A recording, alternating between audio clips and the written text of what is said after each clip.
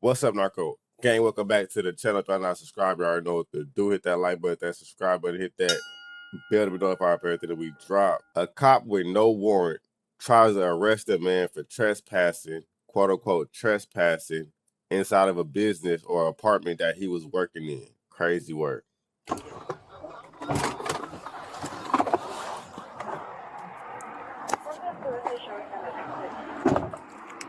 Police south. Hi, how you doing? Hey, good. How are you? Good. You're setting off alarms here. I'm working. All right. Do you have ID on you? I do not. You don't have any ID. Not on me. Anywhere here? Yeah, it's here. What do you need my ID for? I'm Because working. I don't know who you are. Well, I don't know who you are. Listen. Yeah, you do. I'm working, my friend. Okay, look, step back. Step back. Do you have any ID on you? Or in here? Anywhere? I think it's in my van now. Okay, all right. I understand you're working, but But I don't understand what you need my ID for. I'm working. I have to here. identify And I told you. him. I don't know who you are. I don't know who lives here. You're not the owner, or you don't live here, do you? That's why I got to identify you. You're setting the alarms off.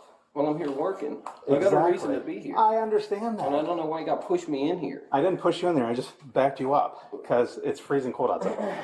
Mr. Moreland confronts the officer about pushing him, and the officer claims that he had not pushed him, but had merely, quote-unquote, backed him up because it was cold outside. However, the body camera footage clearly shows that the officer made contact with Mr. Moreland's chest and pushed him inside, ordering him to, quote-unquote, step back. The Supreme Court held in the 1980 case of Payton v. New York that the Fourth Amendment draws a firm line at the entrance to the home, and that the threshold to the home may not reasonably be crossed without a warrant, absent exigent circumstance, such as when officers are responding to an emergency, are in hot pursuit of a fleeing felon, or are confronted with imminent destruction of evidence. Now here, the officer did not obtain a warrant before entering the home, and critically, the entry was not consensual, as he physically pushed Mr. Moreland back from the doorway to gain entry. Now, although the officer stated that he entered the home due to the cold, frigid weather generally does not constitute an exigent circumstance that authorizes officers to enter homes without a warrant. The most plausible argument for the constitutionality of the officer's entry into the home would be the exigent circumstances doctrine. But a triggered burglar alarm does not fit neatly into any of the recognized categories of exigency. While the Fourth Circuit Court of Appeals, whose decisions are controlling federal precedent in Maryland, determined in the 1984 case of United States v. Dart that a warrantless entry into a burglarized storage unit was constitutionally permissible where the doors had been visibly forced and officers had reason to believe that the perpetrators were still on the premises. In this situation, there were no visible signs of forced entry, and the individual who answered the door, Mr. Moreland, was cooperative and offered an immediate explanation for his presence. There was no indication of an ongoing violent crime, no person in visible distress, and no fleeing suspect. The Fourth Circuit addressed a similar situation in the 1992 case of United States v. Moss, determining that even where an officer reasonably suspected a break-in, the circumstances warranted no more than a look from the doorway, not an entry. By physically pushing Mr. Moreland back to force his way into the home, the officer went considerably further than that, and there is a persuasive case that he did so without exigent circumstances, in violation of the Fourth Amendment. It's not that difficult, dude. Where are you going? Don't walk away from me. Don't walk away. Walk back out here. No, walk back out here. Come on. Why are you touching me? Because I don't know who you are. Come on. Let's go. Do you have ID? I don't. I'm going to call the people that I'm working Listen, you don't have ID in your truck or anywhere? for. I probably do have it in my truck. Okay, do you understand where I'm coming from? I'm coming I'm to an going to call alarm. the people that You're I'm in here. working for. Okay. All right? Somebody on the phone doesn't mean that's who owns this place. Jeez. Not that difficult. Hello. Hey, Paul. So I'm over here and they got the police out here because the alarm's gone off. Say that again? I said I'm over here and they've got the police here because the alarm has gone off. Can you get Mr. Coffee to come on over here and clear this situation up? Thank you. And that'd be the owner. He'll come. Okay, what's so difficult about having an ID? What are you going to ID me for? Because I need to know who you are. You're in a house that's not yours, setting the alarm I'm a off. contractor. I'm working for a general contractor. Okay, that's great, but I need to make sure but you're what- valid to be here. Do you understand My that? ID doesn't serve any purpose for that. Yes, it does. What does it tell you? other It than tells who me I am? who you are in case later on you weren't supposed to be here. So Do you I not give you understand? my ID, you're going to leave. Leave me alone, leave.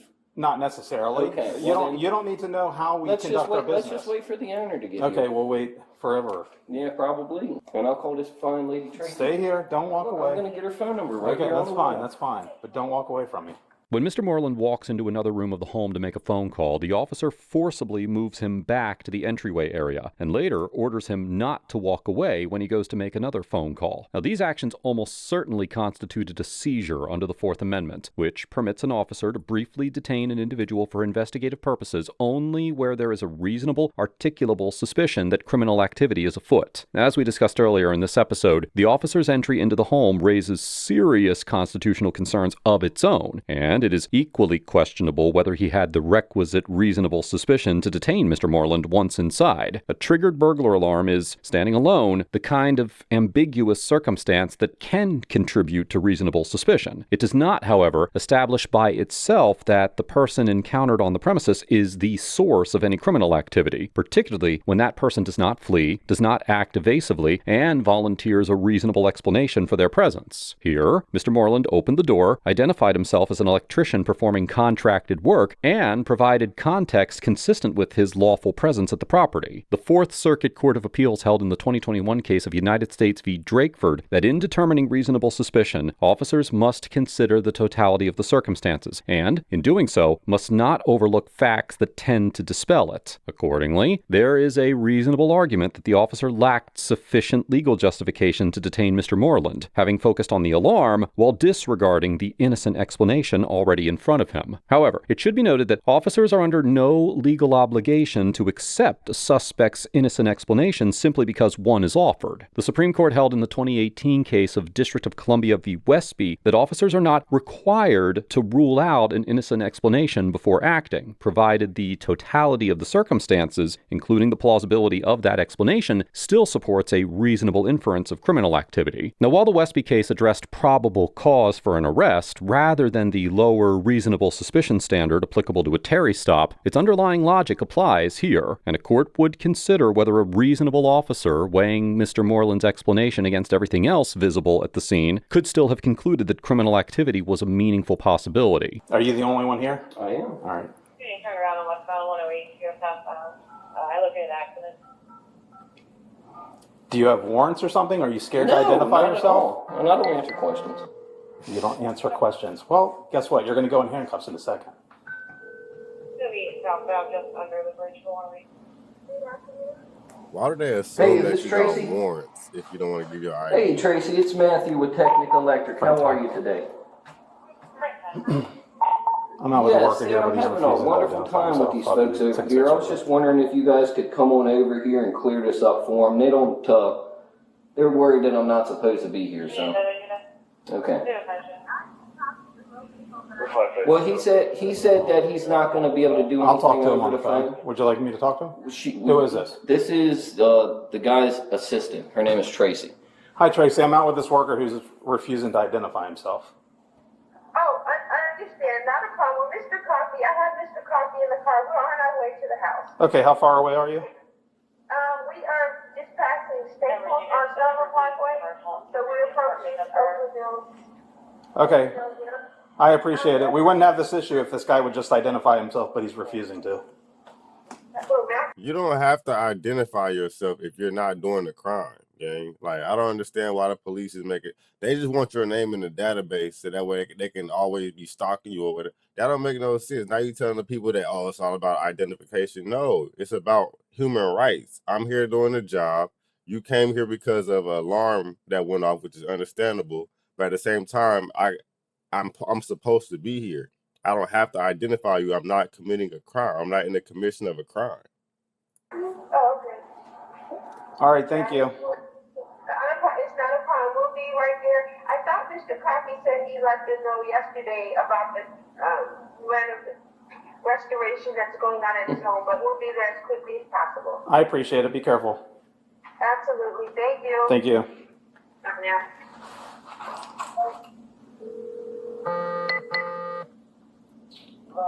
Hey, sorry I missed your call. I was on the phone with Tracy.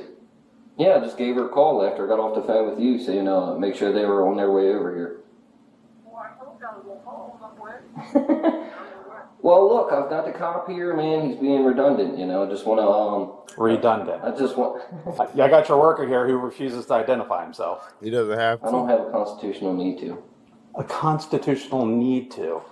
All right, Paul. Well, I'll give What you are you, a a call sovereign back citizen? once it's cleared up. Yeah, I don't know what. You're being audio and visually recorded, by the way. I get it. I'm gonna sit down on that stair there if you don't mind. Yep, go ahead.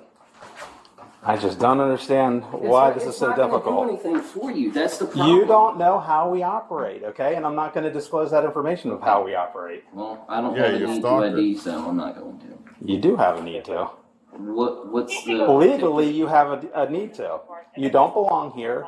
No, I shouldn't say that. I'm sorry. Okay. That's not how I mean it. Okay. You don't live here. This isn't your house. You set alarms off, and you're refusing to identify Well, I was yourself. working on the alarm. Tell me how that looks. I'm working on the alarm. You just said you're working on the house. Yeah, well, I'm an electrician. Okay, I'm here doing electric work. But do you understand what I'm saying?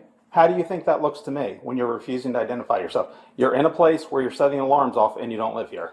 I don't understand that. What's the need for me to identify myself? I am a contractor. Clearly, the house is Because under the construction. homeowner's not here, so And I he's need to know who notified. you are. Mr. Moreland argues that he has no constitutional obligation to identify himself. The Supreme Court held in the 2004 case of Heibel v. 6th Judicial District Court of Nevada that states may require a detainee to identify himself during a lawful Terry stop, but only where the stop itself is supported by reasonable suspicion. Unlike states that have enacted stop and identify statutes, Maryland imposes no general obligation on a detainee to provide identification to a law enforcement officer, and the sole statutory exception, found in Section 4-206 of the Maryland Criminal Law Code, applies only to individuals carrying a handgun. However, a refusal to identify could, in some circumstances, potentially support a charge of obstructing and hindering a law enforcement officer in the performance of his duty. Obstructing and hindering is a common law misdemeanor in Maryland, committed when an individual acts or fails to act in a way that obstructs or hinders an officer in the performance of a specific duty. Critically, the offense requires proof of actual obstruction, not merely uncooperative conduct. In the 2011 case of Titus v. State, the Court of Appeals of Maryland reversed an obstructing and hindering conviction arising from a traffic stop during which the defendant had provided a false name to the investigating officer. The court held that the evidence was insufficient to support a conviction because the state had failed to demonstrate how the defendant's conduct actually impacted the officer's investigation, and that the mere act of giving a false name, without more, did not satisfy the actual obstruction requirement. Here, Mr. Moreland had already told the officer that he was a contractor working on the home. The officer failed to articulate any investigative purpose that identification would serve, and the homeowner was available to confirm Mr. Moreland's account. Under these circumstances, there is a strong argument that the refusal did not meaningfully impact any identifiable duty that the officer was performing, and therefore did not constitute obstruction, even if a court were to conclude that the officer had the reasonable suspicion constitutionally required to demand identification, which, as we discussed earlier in this episode, is far from certain. Notified the police He department. is now. No, he hasn't notified the police department. Yeah, they came yesterday. They Okay, came yesterday. earlier. Today they didn't. And when the alarm company calls to get the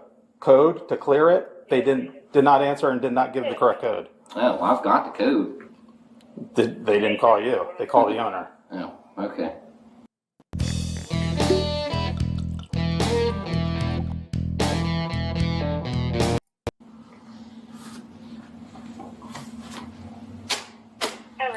This is such a simple thing that I've handled 9,000 times, and you make it difficult.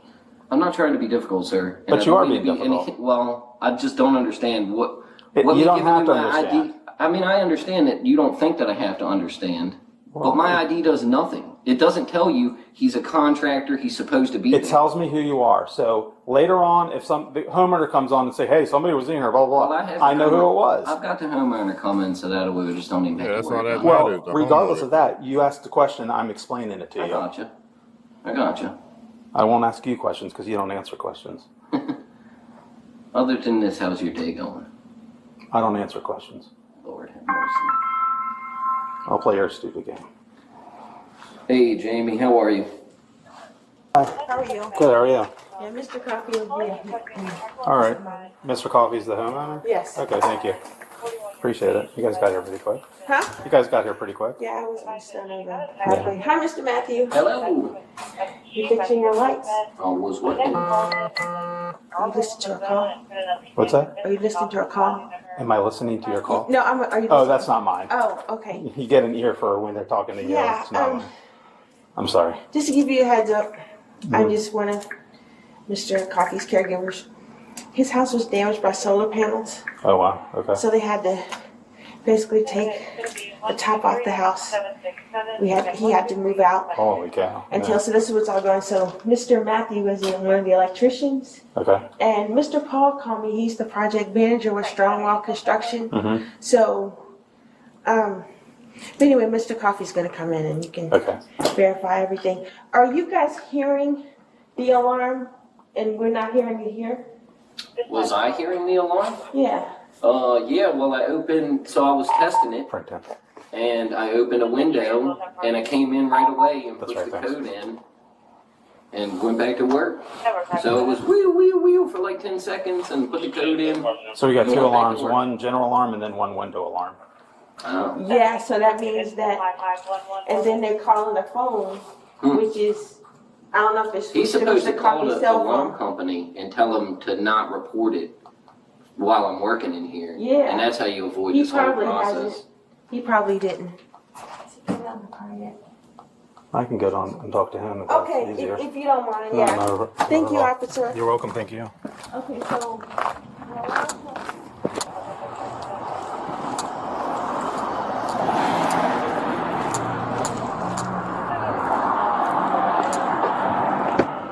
Good afternoon. Good afternoon. How are you? I'm fine. Okay. You're the homeowner here? Yes. All right. Do you have identification on you by any chance? Sure. That shows this address? Sure. Oh, perfect. Thank you. See, what the problem is, I told another policeman yesterday Yeah. that they are working on my house. Right. You have to tell the alarm company that. And the electrician in there, Yeah. Thank you. I appreciate it. The problem is the electrician wouldn't give me any information. He wouldn't give me his name. Wouldn't give me anything. He said it's not his constitutional duty to give me his name. And he doesn't understand that he's setting an alarm off and he doesn't live in this house. Yes, I need to identify who you are. Well, he refused to. So that's why we're here. yeah, Thank okay, you. no problem. But the thing about it is this, he got everything hooked up. Yeah.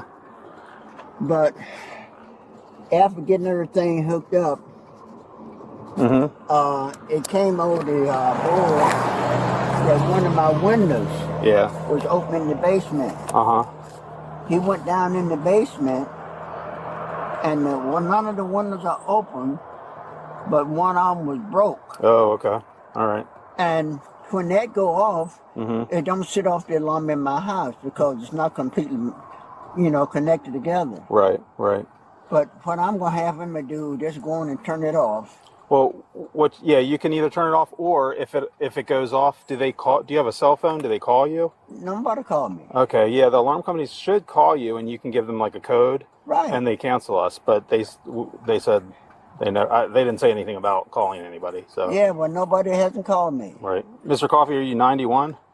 Yeah. Looking at your date of birth. My dad was born in 38. He's 87. He lives in Arizona. Still kicking too.